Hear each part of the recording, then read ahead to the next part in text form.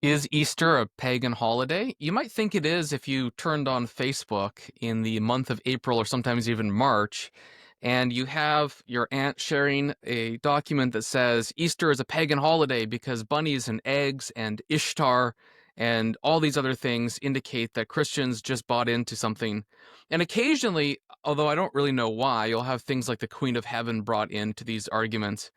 And it's very inscrutable to me as someone who, I don't want to say that I'm like an expert at history or something, but who reads historical documents and you think, wait, where is this even coming from? So, that seemed to be the big problem. Do you want to expand on the problem before we jump to some of the historical stuff that you've seen? So you see this with several holidays, and it comes from different backgrounds. Certainly, Halloween gets a lot of people upset. I remember when I grew up, the more fundamentalist camp would always make these arguments that Halloween was Satan's birthday and some ancient pagan celebration. And so the similar kind of arguments get applied to other holidays. You know, Christmas has got vestiges of paganism. That tree is maybe a pagan idol. And then Easter is a big one for the things that you mentioned. The supposed connection between the name Easter and Ishtar, the role of bunnies and eggs, meaning perhaps fertility symbols. And I see this in two kinds of people: the sort of the fundamentalists that you kind of typically encounter, but also the very strictly reformed anti-Catholics. And this Yeah, folds into interesting. their larger apologetic that the problem with Catholicism is that it brought in paganism. It retained elements of paganism from the native cultures. And these various customs and holidays and liturgies are a way that that gets transmitted to us even unwittingly. Do you want to know how Baptists redeem Halloween? They create scare houses. Yes. Oh, yeah. And when you The go to them, you're so scared from all the demonic activity that you become a Christian. Yes, I've been to several of these under various names. Judgment House, I think, was one. Yeah, Hell House. And yeah, what is it that there's a teenage group. They go out, and at least one of them, maybe two of them, are drinking. Car wreck. They die, and then they're transported to the judgment. And the one that didn't drink makes it to heaven. Hmm.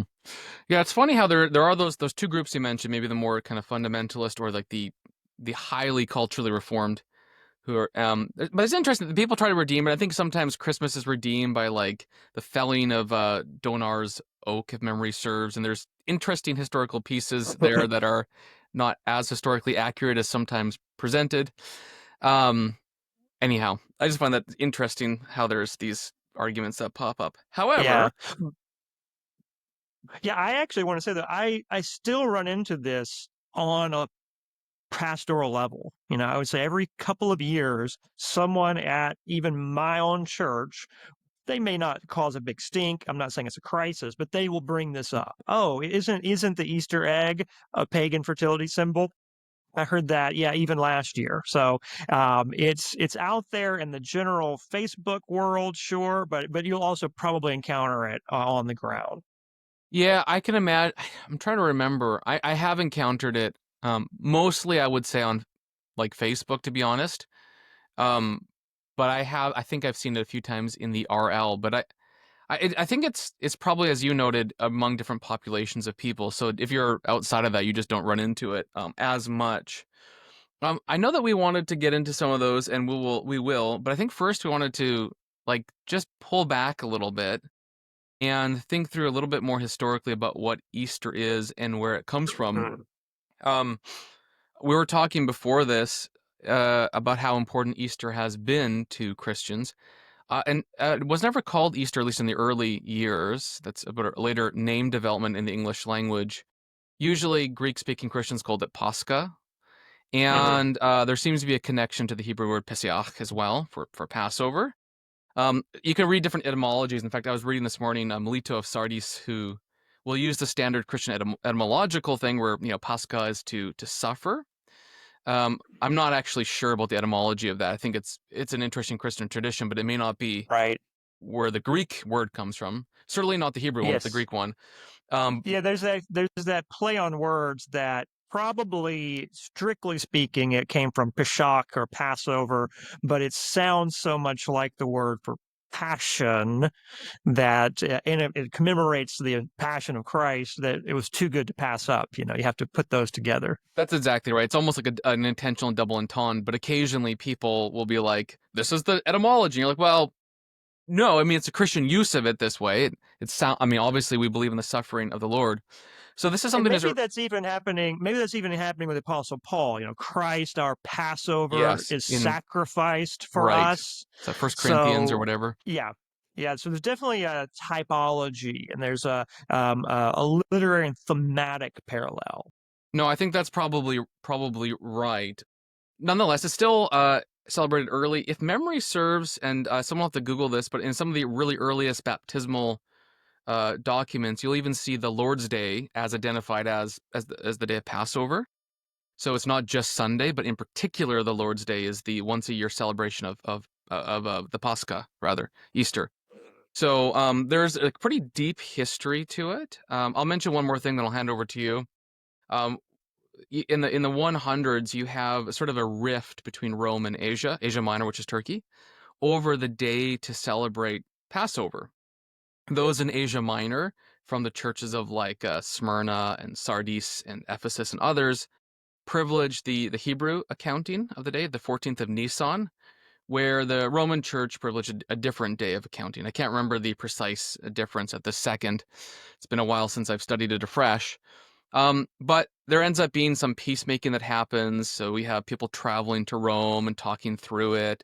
If memory serves, I believe Polycarp Polycarp went to Rome, anyways, at one point, and they kind of talk through it to make peace in the church, but it doesn't exactly go smoothly. So it seems to be that it's still a live issue, at least until the Council of Nicaea, Oh yeah. where it's discussed. Yeah, and in fact, even in the British Isles, it comes up. You have the sort of pre-Roman Christians who are in the more remote regions, and then as the Roman missionaries come in, that's one of the things they clash about. And this will be treated in Bede's Ecclesiastical History of the English People. Hmm. So, differing Easter customs, typically having to do with the date. When is the date? Yeah, I mean the date's gonna be important because it is such an important day. I mean that's something that just reveals something. You have centuries of Christians debating on the day to celebrate Easter because it is so important. It might be worth saying someone's listening to this and you're like, so what is Easter? Easter, namely the celebration of the resurrection of Jesus Christ from the dead. Yes. He Hmm. dies on well, historically probably called Holy Friday, but we call it Good Friday. He dies on Good Friday and then resurrects on the first day of the week unto newness of life. Usually that's associated with the eighth day of creation, the day after. It's a whole thing, eighth day and all this kind of stuff. That's why you have baptismal shapes with eight sides to them, an octagon, I guess. Is that what it is? Yeah, octagon, right? Yep. Um, and there's a lot more to it. It gets a bit wonky when you get Yeah. into the Septuagint and look at the psalm titles because some of them have indications of to the eighth, and there's some people go kind of wild on Sure. that. But the Oh, point, there's lots of numerology about eights, yeah, octaves, even musically, an octave. It's the yeah, same note but transferred up or down. So yeah, they love to play with the number eight. Yeah, Easter is the commemoration of the resurrection of Christ. Originally, it's grounded on the actual event because that's what transforms mm-hmm. from old to new covenant. Now, sometimes in the early church, the death and resurrection are not clearly distinguished. You don't have two separate days. They're all kind of thrown in together, and that gets into some of these controversies. You had groups of Christians that celebrated Easter on Friday, Good Friday. So, but still, the main idea is there: the death and resurrection of Christ. This is what justifies the move from the Jewish Sabbath to the Christian Lord's Day. The fact that Christ was raised from the dead on Mm-hmm. Sunday. So, Easter being the yearly commemoration, but then the weekly Lord's Day parallels that. So they all go together. And the interesting thing about the annual commemoration is that, as you say, we have evidence that probably in the first century, Easter's being commemorated. Certainly, when you get to Melito of Sardis, who I believe is second century, it's already common enough He's still that 100. Oh, yeah, second century. he's Sorry, I misheard you. Yeah, yeah, you're oh right. yeah, yeah, it's already common enough that he can title his books or essays about this, he can discuss it, and it's known. So likely it was already around even earlier than that. And that's really amazing because Christmas is not that early. You know, it takes a little bit longer before we can really find Christmas. Easter seems to be right out of the gates, and the rest of the annual church calendar is basically built around Easter, What's either significant before or after. what's significant about Melito's homily, Peripasca, it opens by saying, "You've heard what we just read," and what was just read was Exodus 12, I believe. Yeah, it has to be Exodus 12. Mm. And you can see what's going on there. That the Passover, the Pascha rather, resurrection is tied symbolically to the Passover, when the firstborn of those who were not covered by the blood died, because the Mm. firstborn of all creation, we might say, died. So is that analogy? And the blood on the posts and the vertical part of the door is Yes. symbolically portrayed at, obviously the blood of Christ that protects you from the um what is the destroying one? What's the English Yeah, the translation? angel of death. Angel of Yeah. death. And so there's a lot going on there symbolically that just like I would say, so as someone who like my PhD is really in the Old Testament, when you think of the cross for us today, it's almost the equivalent of like the Passover. Like in the Old Testament, the Passover is kind of like the cross, if that makes sense. It is the defining salvific event. And if you want to Yes, say, crossing the sea and so on, it's almost like the resurrection. Like these are the absolutely. moments that you look back to that define you. Actually, the crossing the sea is baptism, I should probably say, now that I think about it. Well, um, it's both. It's yeah. baptism, but it is a resurrection text. It will be read, for instance, in the Book of Common Prayer. The Red Sea crossing is read at Easter. Well, it's Yeah. interesting. If you look at so Hippolytus in the around 200, he talks about how the baptismal rites in Rome. And one of the things they do is when you're baptized, let me think about this. Do you look to the west or the east? You look to where Pharaoh would have been anyways when you're leaving. And you put up your hand, if memory serves, and you deny the devil and all his works. And so in this Yeah. case, Pharaoh is symbolically the devil, of course. He's the devil. That's right. And there was frequently there would be mass baptisms at Easter, Yes. usually on Holy Saturday, which again in the lectionary has a baptismal reading on that day. So um, some of this takes a little bit longer, maybe 2 to 300s before all that's present, but the observance of some sort of Easter um, commemoration and worship is present from probably the first century, but certainly early second. So that's the main historical point. And if I could just for a moment criticize a Baptist practice, I know you'll hate this.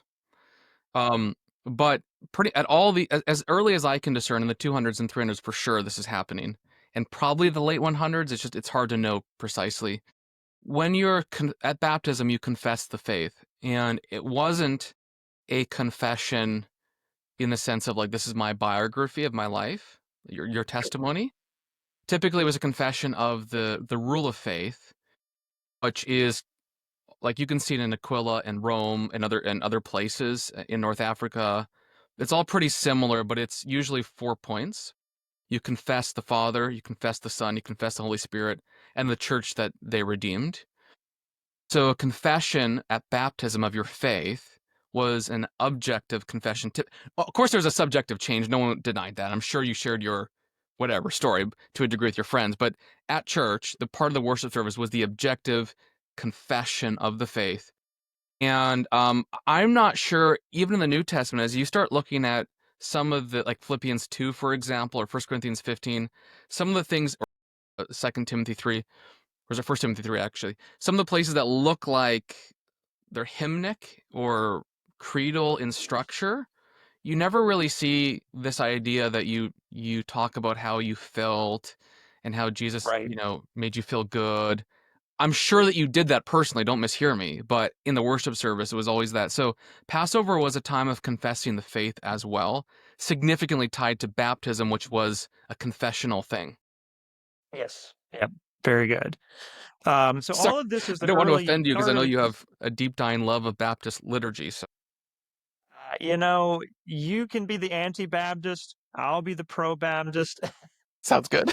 Um, I grew up Baptist, and it's funny, Easter was a big deal, in my Yes. Baptist church. I'd love to know the history of that because you would assume the earliest Baptists probably didn't do much liturgy, but certainly 20th century North American Baptists love Easter. Big deal, flowers, lilies, the whole thing. You got to sing "Up from the Grave He Arose." And also the colors that you wear are really important. You need to wear is it called pastel colors? I can't remember the Yes, yeah. pastels. Where do you live, Wyatt? You don't know how to say I just pastels? had this moment of because I was trying to remember if it was. Anyways, I think it's connect. I think there's actually kind of an interesting linguistic connection with Pascha as well on that. But that's I doubt that.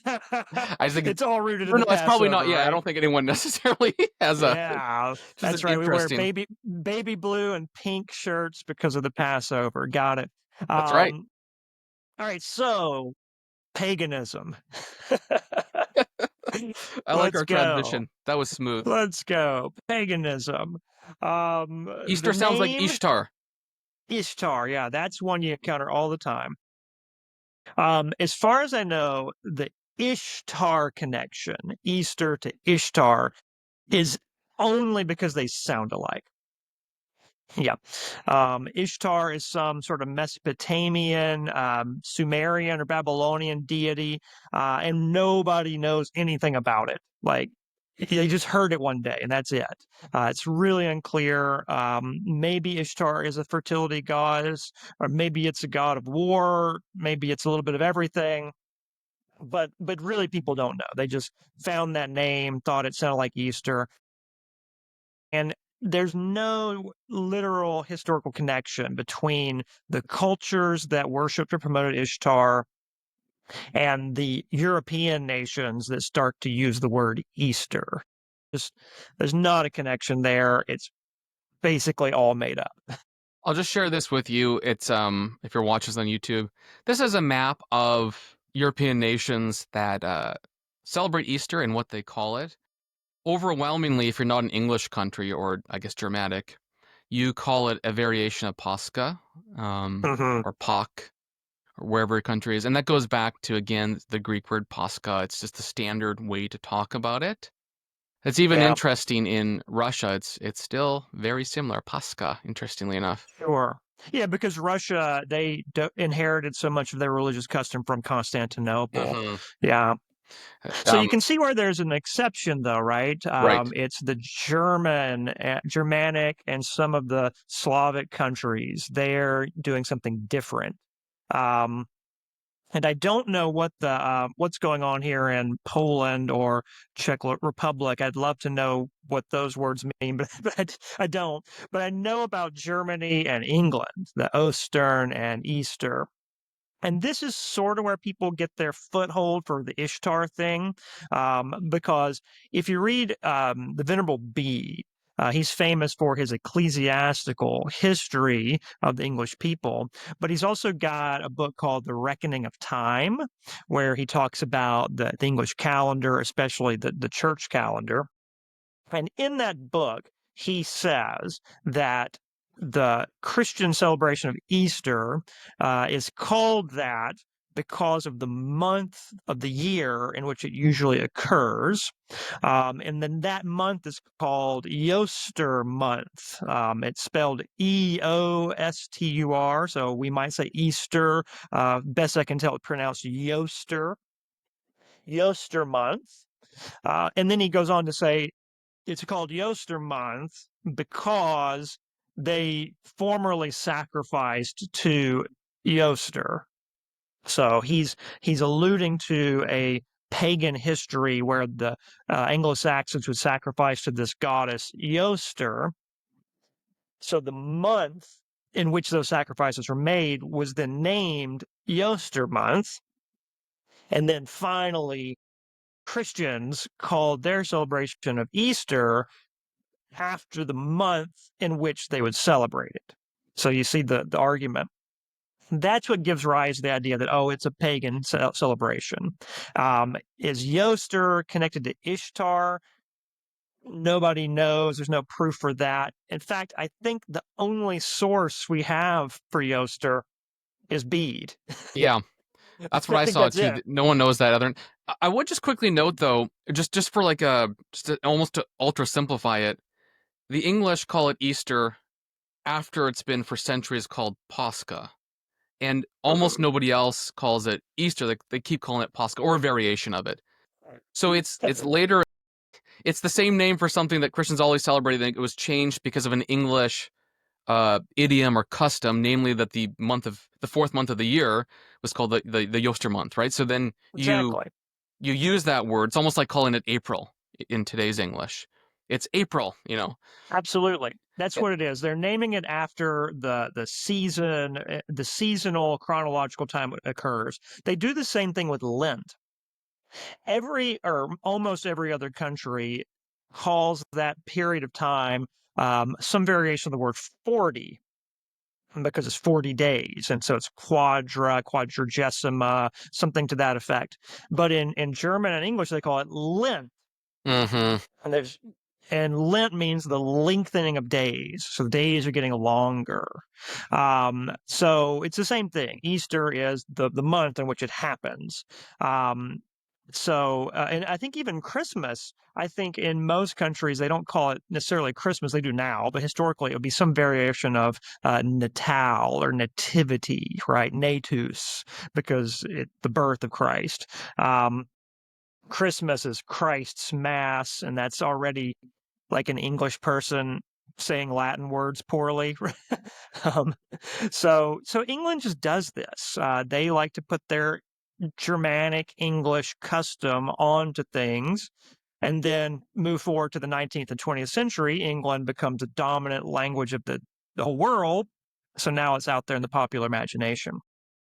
That's So right. yeah, it's called Easter because of the English custom of naming it after the month on which it occurred.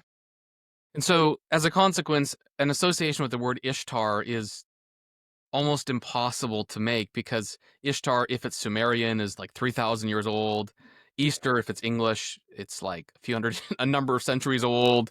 And everyone else calls it Pascha and did before the English gave it a new name in their own local setting.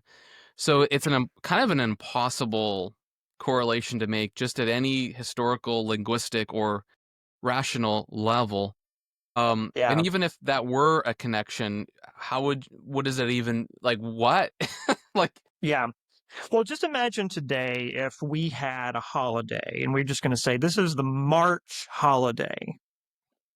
And then someone says, you're worshiping Mars? right, right. you, Well, you March got this whole Madness is at holiday? basketball. There you go. It's Yeah. actually a Oh, it's pagan the holiday. amazing. It's perfect, right? March Madness is the madness from Ares. He's shot down his spell and incantation, and we're now all in the service of the god Mars. That's right. Yeah, I think it's kind of that equivalent, and some of the same things are true about like Easter bunny or eggs. There's not really any like everyone has eggs. like it's like, oh, you had a grape, and Greeks had grapes.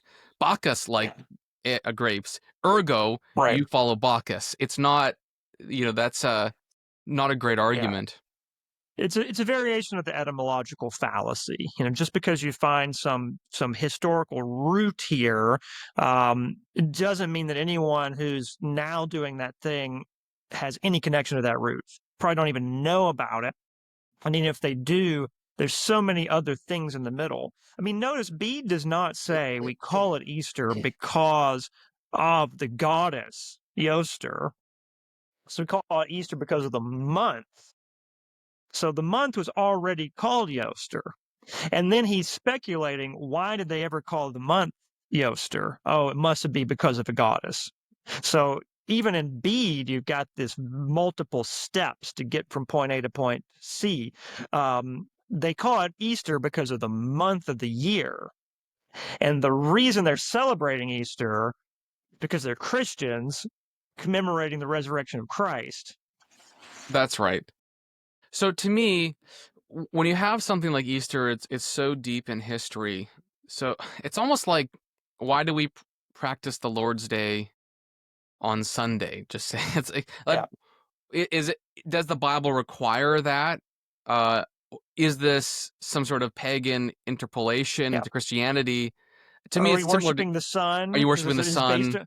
it's based on a sun worship Right. holiday? No. Yeah. Easter to me is simply the paramount example of what we do every Lord's Day. It is the Lord's Day exemplar. It is that Mhm. celebration of newness of life.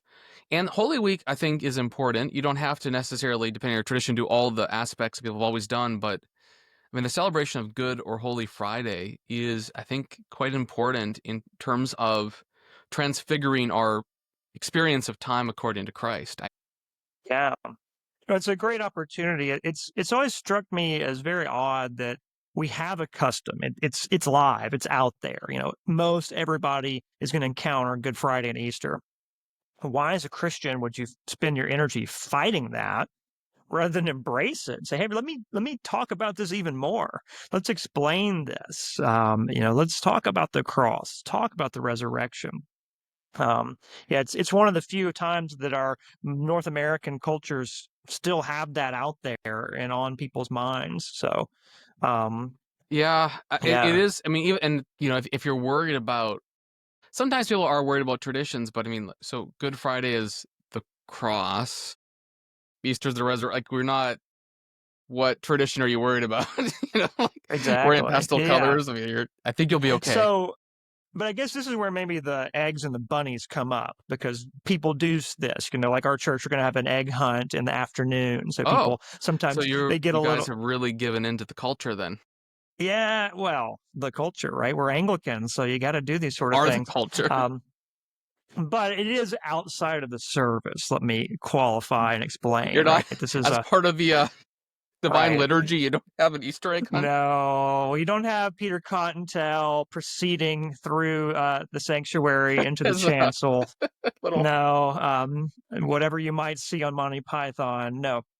But yeah, it's just a fun thing we do at the the Easter party in the afternoon, right? So, what's the history of the eggs and the bunnies? These seem like pagan fertility icons, right? Right.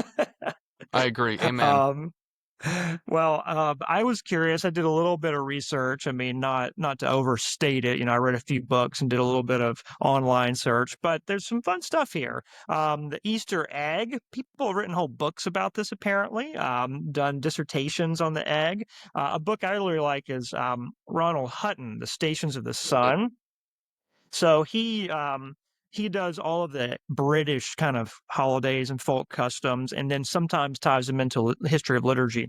And he says eggs are everywhere in England, starting in the Middle Ages.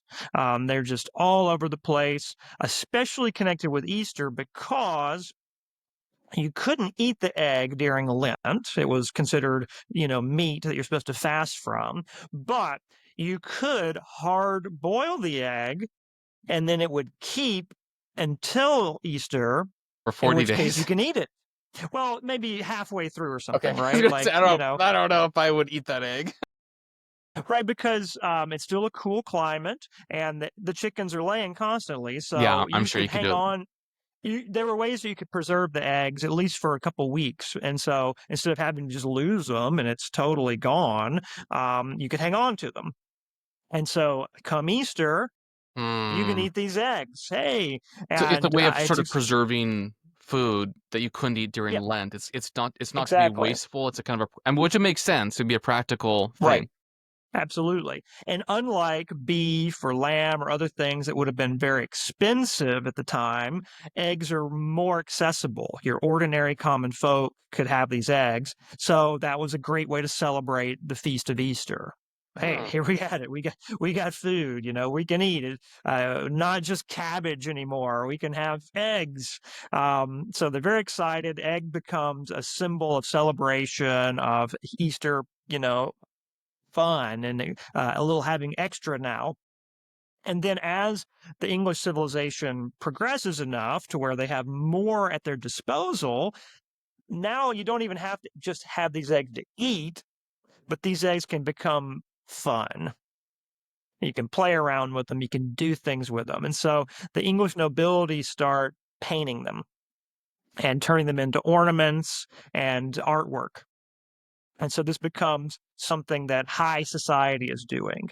Bright colored eggs, decorated eggs, eggs that you really use to just adorn and show off what you have. And then from there, as more and more people have the ability, the Easter egg, right? Just common people having fun painting eggs. That's Hutton's argument about how the egg becomes an Easter symbol Hmm. in England. Pretty harmless, eggs are fun. You can color them, you can draw on them. Even to this day, people like to just do kind of artwork with food, right? You see people carving into pineapples, carving into pumpkins, even. It's just people do it. It's harmless fun. There's not a deep meaning behind it. Does he say anything about the bunnies as well? Well, he talks about the bunny and how it's not there. There is no English history of an Easter bunny, um, even in small vestigial form. The bunny comes to us from the Germans. So, yeah, the egg is everywhere. It's big in England. It seems to be all over Europe as well. The bunny is a contribution that is very specific, very particular. It comes from the Germans, and then it comes into America through German immigrants. So the earliest source I could find on the Easter Bunny is from this really quirky book that you can get online. It's not translated though; it's partially in German, partially in Latin, called Satire Medicae by George Frank von Frankenau. He's an interesting character. You can Google him, Frankenau, writing in the late 17th century. He's associated at one point at the University of Heidelberg. And he moves all throughout Germany and into Scandinavia. Um, Seems to be largely associated with Lutherans, but this area would have been a place where Lutheran and German Reformed would have had some overlap. And he's a botanist, a scientist, dabbles in medicine. And so this book, Medicae, or Satire Medicae, is him having a little fun with this. So he talks about actual medicine and science in a strict form, and then he expands to get into folk customs and just things that people do. And he's sort of like a Bill Bryson. If you ever read Bill Bryson's books, yeah, you got to read some Bill Bryson. He'll have very science stuff, very like hardcore scholarship, and then he'll just expand into, isn't this cool, cool rabbit trail, a cool tidbit. So Frankenau has a whole treatise on Easter eggs. So it's a multi-part installment going through all these things. So he has a whole thing on Easter eggs. And he talks about how people love to eat eggs, and you can even get sick if you eat too many eggs. He says in that book the egg is a symbol of resurrection. So I'd never heard that before, but that's interesting. Egg is a symbol of resurrection. And then he says there's a quirky custom in sort of the extreme western parts of Germany. Of course, there's not a single Germany at this time. So Alsace, Lorraine, Palatinate, these areas where families would play good-natured tricks on their kids, and they would tell them to go look for these eggs which had been laid by a hare. Hmm. So there's this Easter hare.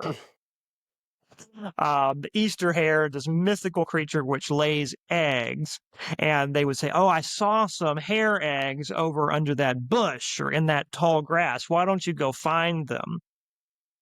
So this is the origin of both egg hunts and the Easter bunny, Hmm. because it's this mythical hare that lays eggs, which then the kids go and find.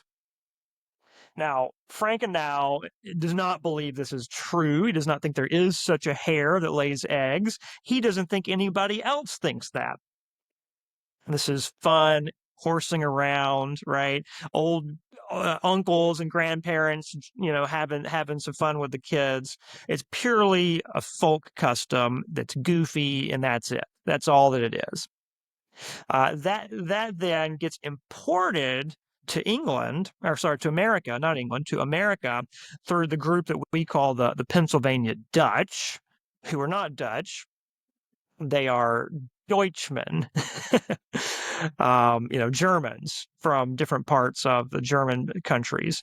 Why are they called And Dutch? that's, What's sorry, explain that to me. They're not well, Dutch, they're called because you don't know anything. You're just a goofy American like me, and you hear these people say the word Deutsch. right, that's German. Oh, I see. They heard it. I got you. And they said they thought Dutch. I Exactly. got you now. Okay. Sounds like Dutch, right? Yeah. Deutsch, Dutch. It's like Ishtar, Ishtar to Easter. Right. That's hilarious, actually. Yeah. Okay. So, yeah. So the German immigrants, they carry on this quirky custom of an Easter hare, except we're in America now. So we have bunnies, not hare.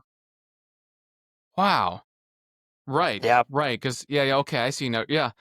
I didn't know any of that latter part, especially. That's utterly fascinating. I think we may have done an okay job of saying that you're allowed to celebrate Easter, and it is Mhm. good meat, we might even say, to celebrate Easter on this coming Sunday. I mean, basically, the point is that most of the Easter customs, the religious, churchy customs, are good and go way, way back. And then these folk customs, they're just fun. They don't actually have some deep meaning. There's not some That's huge really thing going important to on. bring out. I Yeah, think there is I don't know the best way to express it, but there is a pattern of thinking that thinks that everything has this sort of depth of meaning to it. It's a sort of worldview analysis on steroids type of thing. yes, And a lot of life is like unreflected. You're just like, I don't know, I just do it that way. Like, I haven't exactly. actually had deep reflection on it. And I think some people are maybe more wired that way, can occasionally be a bit too conspiratorial about things, especially about Yes, Christianity. I also think it does make you a little bit too dismissive of other Christians who are maybe simply more used to different customs than you might be.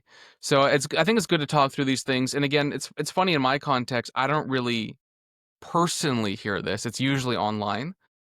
Although I'm sure there's the odd person that I know that would have these questions as well. But it's striking when you said earlier that there's two groups of people that kind of maybe very reformed in one area and maybe the fundamentalists. That actually kind of connected a dot for me about who would be doing this. Um, and I think because I kind of live in the middle of those kind of groups often, that I just don't. It just doesn't really come up. People just Easter egg hunt. Let's go do it, and no one yeah, asks the let's go do question: it. Is it bad to do that? Like I don't. Right. And for the reformed, there's a distinction to be made here that a lot of times they will themselves fail to uphold. There's the idea that you shouldn't do things in worship unless we have, biblical guidance. And sometimes they need explicit commands. They're very, very rigorous. Other times, the ideas and the principles. But the point is, you don't just make stuff up and throw it into worship.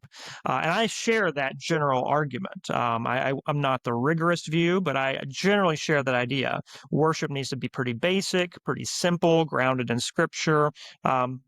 So I wouldn't do any of these fun holiday customs in the worship Right, right, service. right. But if you just do them for fun in the afternoon at home, there's really no issue. There's the regular principle does not apply to church potluck. Well, and some of these traditions are one. We should come back and maybe even do an episode on processions. Like some of the traditions are in their inception very mundane, and then they later become Yep. something they're not. I mean, Absolutely. part of what early there's more to it than this, but part of it is simply countering different groups in a city that are celebrating anti-Nicene Christianity or anti-Trinitarian Christianity, and so you're doing a procession into. Of course, it becomes more than cathedrals and places are built to have doors for processions. I get that, but it is interesting when you think about worship that yeah, you simple, understandable, scriptural, and occasionally you do these things, but they're not typically in church history as I've read it. It usually is not some ornate thing that's created. It becomes that over time. And that's Yes. when there's a bit of a Fall customs grow. Typically, they take off amongst the laity, Mhm. and then the church officials have to figure out, is this allowed or not? Should we stamp it out? What do we do about it? Um, Now, I do think one thing maybe we could wrap up with this sort of point. There is a danger in the customs and the fun stories filling in the void of a post-religious secular society. So as people stop celebrating Easter for Christian reasons, that they're not actually going to church and hearing the gospel and celebrating the Lord's Supper and talking about the resurrection, but Mhm. there's still this thing called Easter on the calendar, then, oh, let's fill it in with these other items that are tame and meaningless. So the bunny can be the big center of attention now, and he Or can grow. Santa We can have Santa, for exactly. Christmas. Yeah, same thing. Harmless in one respect, but could turn into a problem if it's basically being pushed into the space that was formerly there for Jesus. Mhm. That would be a problem. And our churches need to resist that. I've not been in a church that had an Easter bunny, in the service, so I can't say that that's a problem. I wouldn't be surprised if churches do, though. Um, but I have seen people who just don't really want to go to church on Christmas or Easter because they want to have their family dinner and fun time and the activities for the kids. I think that's a huge problem. We've got to make sure we're still prioritizing worship on these days. These days are for commemorating the events of Christ and how it brings our salvation. Yeah, I agree. I think one of the interesting realities of our world is because things have been so mechanized, technologicalized, we're almost feeling so busy that like you almost want and this isn't a good thing, don't mishear me, but some people are like, I just want this one day of rest because their schedule's full, have all these notifications. I have to, email's great, but now I work on Saturdays at home instead of had the day off. And you almost feel like it's just another thing, whereas obviously in the past it'd be much different in terms of experience and feel. So part of it is understandable. It's not good, but part of it's understandable because the world that we live in.